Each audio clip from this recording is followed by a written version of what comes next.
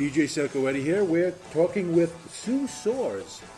She is the press relations manager for Rhode Island Comic Con, the biggest show in the smallest state. Sue, how are you doing today? I am well. How are you? How crazy is it the week leading up to Comic Con? It's crazy. My job involves press and PR and social media, so we're getting a lot of information out to folks now. Okay. So all of that is going on, and we're finalizing floor plans and seating and autograph times and photo op times. So there's a lot of information that's going on. So it's pretty crazy. So it's a nice, steady, even keel. Nothing insane happened yet, has it? No, not yet. Don't jinx me. It's okay. I'm knocking on wood as we speak. So now, just for the people who are just waking out of a coma, when is Rhode Island Comic Con? Rhode Island Comic Con is November 10th, 11th, and 12th at the Dunkin' Donuts Center and Rhode Island Convention Center. And what are the times for the convention, for the show? Friday is from 3 to 9, Saturday is 10 to 7, and Sunday is 10 to 5. Is it going to be a similar layout to what it was the previous years? It is. We're strategically placing our guests, however, this year. So let me just take a couple minutes to talk about that. Sure. So for those who have been following our Facebook page and our website, we have a select number of the guests, headliners, that we've been selling autographs for. Those people will be placed in the lower level of the Dunkin' Donut Center. It will be a controlled line, guided by a box office to deal with those who have pre-purchased autograph tickets and for those that have that need to purchase them on site. Then in the convention center, in our normal the third floor, the exhibit halls A through E, we will have all of our guests, our vendors, our artist alley. But then on the fifth floor of the convention center, we have 10 people from The Walking Dead this year. Okay. So they're all going to be on the fifth floor in their own Walking Dead wing of the Rhode Island Convention Center. Okay, so you're not expecting many people to go see them then, right? Yeah, not at all. Not at all. You're kidding? We're putting them up there to hide them. No, I'm kidding. But yeah, we're putting them all together. That way people don't have to struggle to find all of the Walking Dead folks as opposed to, scattering them across the floor and in the dunk and all of that. So we're putting them all together. Headlining with Norman Reedus, of course. Yeah. Leading the pack, but we'll have everybody that's from The Walking Dead, so it's 10 people. So we're really excited about that. That's brand new this year that we're doing. So yeah, that's pretty much the layout. Well, we are talking with Sue Soares, press relations manager for the biggest show in the smallest state, Rhode Island Comic Con. Now, Sue, I got to ask you, are tickets still available? I mean, we're coming down to the wire here. Are tickets still available? Single day, full weekend tickets? They are. Believe it or not, they are still available for the time being. Just today, the Ticketmaster changed the delivery option to will call. So anyone who purchases their tickets now will pick them up at the Dunkin' Donuts Center box office, and they can pick them up ahead of time. If they do not need to wait until the Friday or Saturday or Sunday of their show date, they can go and pick them up right away at the Dunkin' Donuts Center. In fact, they encourage that, so it eliminates or reduces the line that will be forming when the show starts. Yeah, I've been there every year, and that line outside has got to be insanity at its best. It is, but you know what? It's so awesome to see every year. I love it. I know it's tough, but it's part of the experience.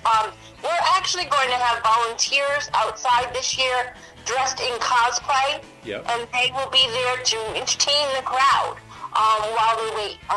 It's part of the experience. Every show I've been to you've had to wait outside or wait in a line or something. It's part of the experience, and get to know the people that are waiting in line with you. Share stories. Take pictures of people in cosplay. There's a lot that you can do outside while you're waiting. But we're trying to make every effort to reduce that line and have it go smoother. Well, getting back to the tickets for one quick, and probably the most painful part is how much are the tickets this year for the single day and for the weekend pass? The weekend pass is $75, and that's probably your best bet to get that weekend pass. It allows you in for all 3 days, every hour that the show is open.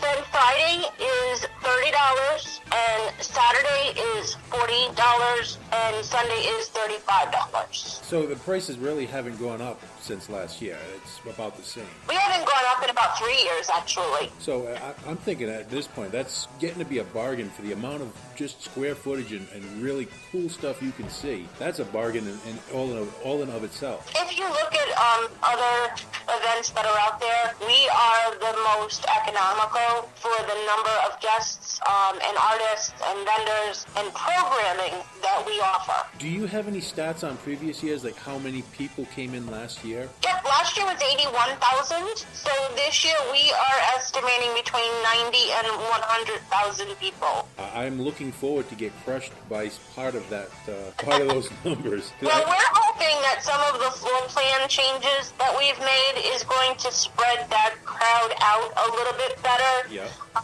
We've added a third venue to our floor plan. We'll actually be in the Narragansett Ballroom in the Omni Hotel. That will house all of our gaming, our video gaming, our tabletop gaming, and it also will house Geek Fest, which is a 3-day programming of fan and novice movie makers submitted these short films, all kind of geek related. All covered under your ticket. It is. And the other addition to our show floor is an 18,000 square foot tent that will be outside the Dunkin' Donuts Center on the lower. They'll be coming on site, and the booths where the photos will be taken, plus all of the queuing line. This group, they're very professional. They're phenomenal.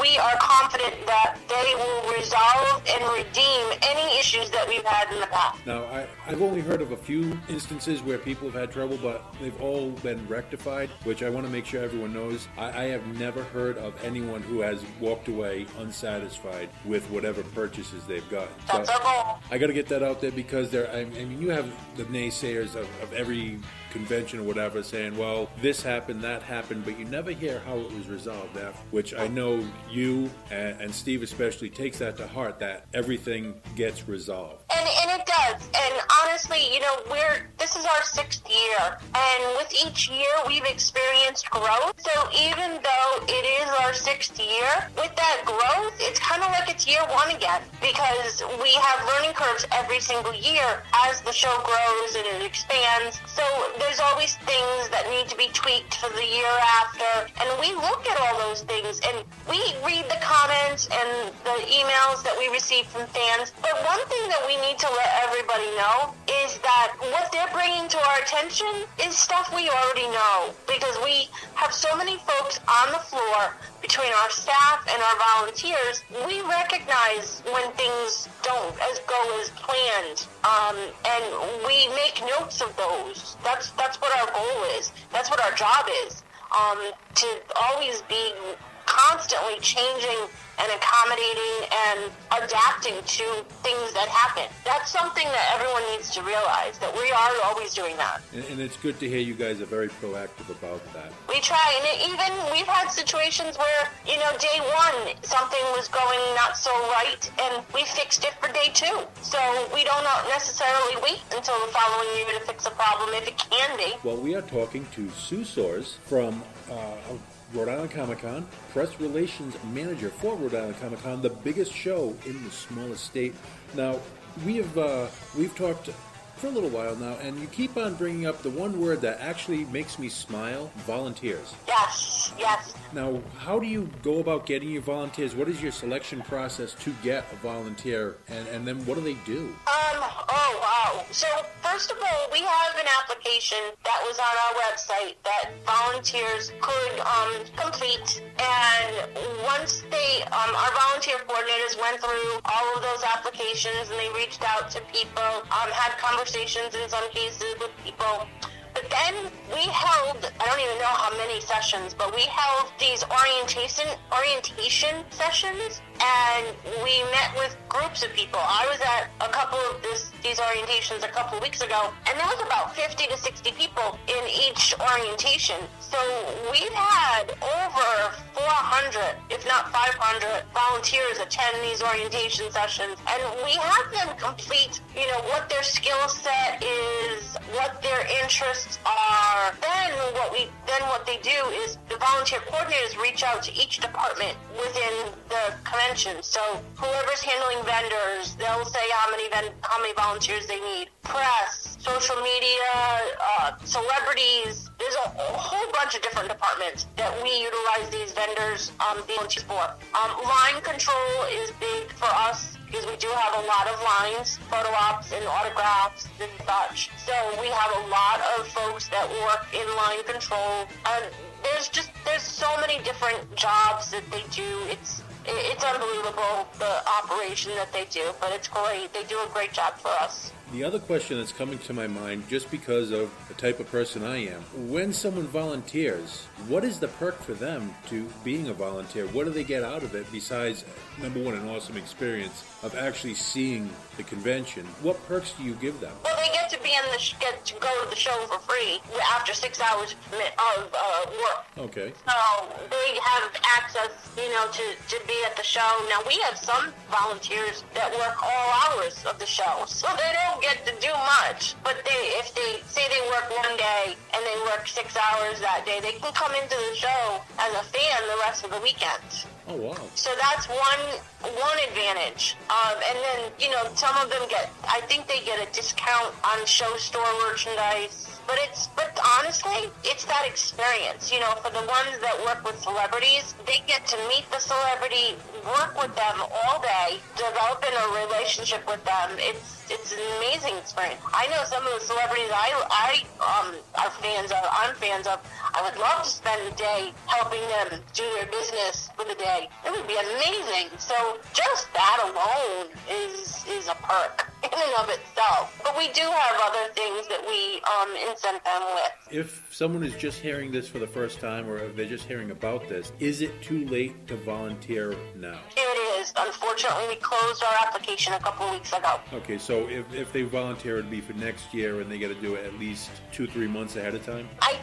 I want to say that we opened that application in September. Okay. I want to say that we opened it around, but we started a whole new system this year. We used a different computer system to track their applications, so we were testing that system out at our earlier shows in the year. So it may open earlier for 2018. I don't know. Now, I'm just going to throw a quick one in there, not entirely related, but you talked about other shows. Are you doing another Terracon, and you just kind of dropping a hint? Well, I've heard that we are. I don't have dates yet. So I couldn't speak to it. I had to get a little bit of feedback because I have a rather tall man twisting my arm telling me to ask you that. Again, we're talking with Sue Soares, Press Relations Manager for Rhode Island Comic-Con, the biggest show in the smallest state. One of the reasons that a lot of people are going, obviously, are the celebrities. Yes. Most, if not all, celebrities are going to be doing autographs, photo ops, correct? Everyone is going to be doing autographs. That I can tell you. Some guests are not necessarily doing pro photo ops, but they may be doing selfies and table photos at their discretion. But we have a number of guests who are doing pro photo ops. We've got 3 days worth of a schedule every 10 to 20 minutes. Oh, wow. Yeah. Now, price range, just, if someone's never been before, what's the average range? I mean, not highs and lows, because I was there when Adam West was getting $150. So I was there for that. For normal celebrities, what are they getting for autographs? What are they getting for the pictures and stuff? I really haven't looked at an average, but I would say most of them fall between the $40 to $80 range, but then we have some that are a little bit lower than that, and then we have some that are higher than that, depending. We've got a number of what you would call A-listers. Yep. at the show this year. So, we've got Mark Ruffalo, we've got Andy Serkis. Those guys, they're more expensive. That's their place in pop culture. Well, that's why they're A-listers and they can command that price. Exactly. So, but for the most part, everyone ranges between the 40 to 80. Now, I'm going to try to dig up a little dirt here. You don't have to mention any names if you don't want to, but are there any celebrities that are more prima donna or more diva than they actually should be, or is it justified at times? I couldn't speak to that. Every single guest that I've ever worked with, honestly, is lovely. Well, again, you hear stories that sometimes celebrities, when you meet them for the first time, they're not exactly what you expect. And I haven't had this problem myself, but I have, like I said, I hear it, so I got to bring it up. Everyone that I've ever worked with, interacted with, and I do, when I have the opportunity to do press junkets prior to the show opening, or I do pre-convention interviews. Everyone that I've ever worked with has been lovely. I'm actually looking forward to that. And as a fan myself, I'm from the Star Trek fan group. Yep. So I've been doing these conventions as a participant, as a an employee for over 20 years. I've met a lot of people. I have to admit, there are two that I'm really looking forward to. One of them, Tony's going to roll his eyes right now because I definitely want to meet Gene Simmons. Okay. Paul Rubin is actually the other one I'm looking forward to meeting. Oh, wow. When I was much younger, I used to watch him when he was on TV, when he hosted the MTV Music Awards, even when he got into like the bigger movies. And now every now and then he'll punctuate with a small part here or there. I've followed his career quite a bit, and it's one of the guys I'm definitely looking forward to seeing. That's awesome. The celebrity panels, yes. Are they doing groups like they did previously with like Sons of Anarchy, or are they doing individual panels? Or it's a little bit of both. Okay. Like we have a Star Trek panel, we have a Revenge of the Nerds panel, we have Princess Bride. Unfortunately, we lost Carrie Elwes. But they are still doing a Princess Bride panel. It really depends. I know we're doing a Beverly Hills Cop panel, I believe. Yep. There's a Back to the Future. There's a lot that's out there that we're doing. I want to say that this panel schedule surpasses any other year with regards to celebrity panels. It's amazing. It is amazing. And on our website right now is just our celebrity panels. We haven't even added the fan panels yet. So we've got I counted it the other day, it was 6. We have 6 panel rooms going on between fan panels, celebrity panels. We have sci-fi speed dating. There's a lot to do. I can't even tell you. There's so much to do at Rhode Island Comic Con. It is not just celebrity autographs and celebrity photo ops. Yes, that is a big piece of it. But for those people that are out there that don't want to spend the money or can't spend the money on photographs and autographs, there's so much to do at Rhode Island Comic Con that you don't have to spend a dime other than your admission. It's amazing how much there is to do. And we have a kids con too, and that goes so often unnoticed. And we'll be in the 5th floor rotunda room this year. Yep. With a full schedule of activities and presentations for the little ones. And that'll be going on Friday, Saturday, and Sunday. Rotunda room, 5th floor. That's all the way in the corner, the big round room. Yep. Okay. Absolutely. That's last year, and the past couple of years, actually, it's been in the lower level of the Dunkin' Donuts Center. Yeah. But this year, it's in the Convention Center. It's on the 5th floor. And we're so excited about that, to be able to have that up there. That 5th floor is going to be hopping this year, guys. One thing I've noticed, even in the Connecticut at Foxwoods, the Kids Con, where it was a lot closer to the rest of the convention, actually got a lot more traction because it was easy to find. I saw that balloon guy every single time I went to that elevator. Every single time. He was up and working. It was amazing. It was awesome. We are speaking with Sue Soares, Press Relations Manager for Rhode Island Comic Con the biggest show in the smallest state. Now, Sue, one of the questions I've been meaning to ask you right along is, you have an app. Yes. The Rhode Island Comic Con app. Has it been changed since from previous years, or is it the same app and they're just updating the information? The way that it works is now that we use a system called Growtix, they actually build a whole new app each year. So after this show is over with, this app will go away, and then next October we'll launch a new one with the 2018 content. So every year it's a different animal. It'll kind of always work the same and look the same with some tweaks, but it's a different animal. If it's not broke, don't fix it. As long as it's working the same. It worked very well for me last year. I was on point with every panel I wanted to go see, and I could actually schedule my time quite well with it. Awesome. Glad to hear that. Well, you got to get the positive feedback, because I'm sure you're tired of hearing negative feedback from a lot of stuff. You know, it's the nature of the beast. I've been working in customer service for over 20 years, and it's the nature of the beast. You know, you hear 5 times more the negative or the constructive comments than you do the positive. But you know what? In my role as press relations manager, I have the opportunity to sit at the press relations table right on the show floor. I'm in the top level of the Dunkin' Donut Center, and I see all the smiles and all the excitement all day long, all weekend long.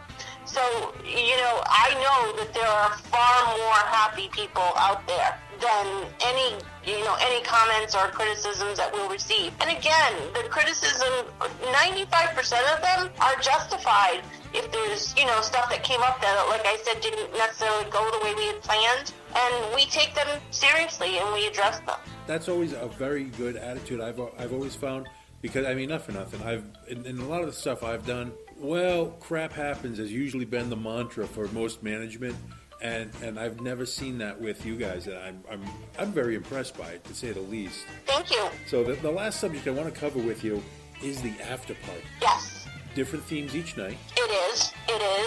Friday night is the Super Troopers, and it's going to be hosted by Eric Stolhansky and Paul Soda. Then on Saturday night is Revenge of the Nerds. And the activities are still kind of being planned, but if you've ever watched Revenge of the Nerds, you're going to see some familiar stuff. Should I be afraid? Not at all. No, not at all. Now, what are the costs? Obviously, they're separate from the general admission. How much are the tickets for the after party? It's $15 each or a $25 combo ticket. I'll tell you, our parties are famous, are infamous, so definitely check it out. There was one show where I was sitting at a table with Gremlina Glow, Gremmy. I was sitting there with Michael Jai White and a bunch of other people, and one of the people who remained nameless, who I had on my show just a week or so ago, was sitting at the table with me and said, "Hey, where are all the celebrities?" So I'm going to attribute that to it was a long day and he just started drinking, I guess.